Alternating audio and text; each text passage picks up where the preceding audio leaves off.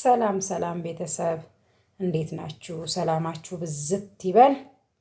ዛሬ ደግሞ በኢፖክሲ የሰራኋቸውን የተለያዩ የቁልፍ መያዣዎችን አሳያችኋለሁ።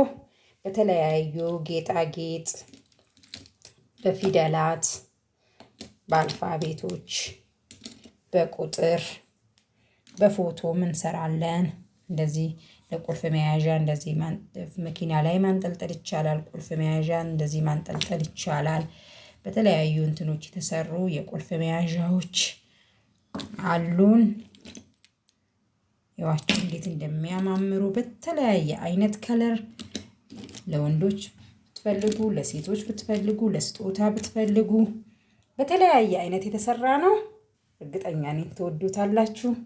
በደንብ ይዋቸው እንዴት እንደሚያማምሩ።